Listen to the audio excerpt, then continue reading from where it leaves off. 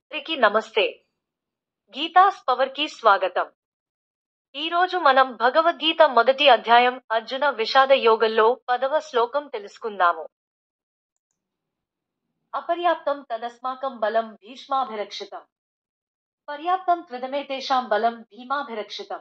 గొప్పలకు పోయేవారు అంత్యకాలం సమీపించినప్పుడు పరిస్థితిని నిజాయితీతో అంచనా వేయకుండా అహంకారంతో ప్రగల్భాలు పలుకుతారు.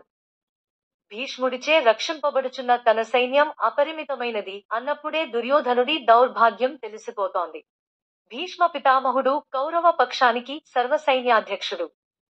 తన మరణ సమయాన్ని తానే ఎంచుకునే వరం కలిగినవాడు కాబట్టి అతన్ని ఓడించటం చాలా కష్టం. పాండవపక్షం వైపు సైన్యాన్ని దుర్యోధనుడి బద్ధశత్రువు అయిన భీముడు పరిరక్షిస్తున్నాడు. ఈ విధంగా దుర్యోధనుడు భీష్ముడి సామర్థ్యాన్ని భీముడి బలంతో పోల్చాడు. కాని భీష్ముడు కౌరవులకి పాండవులకి ఇరువురికి కూడా పితామహుడే, ఇరు పక్షాల క్షేమం కోరేవాడే.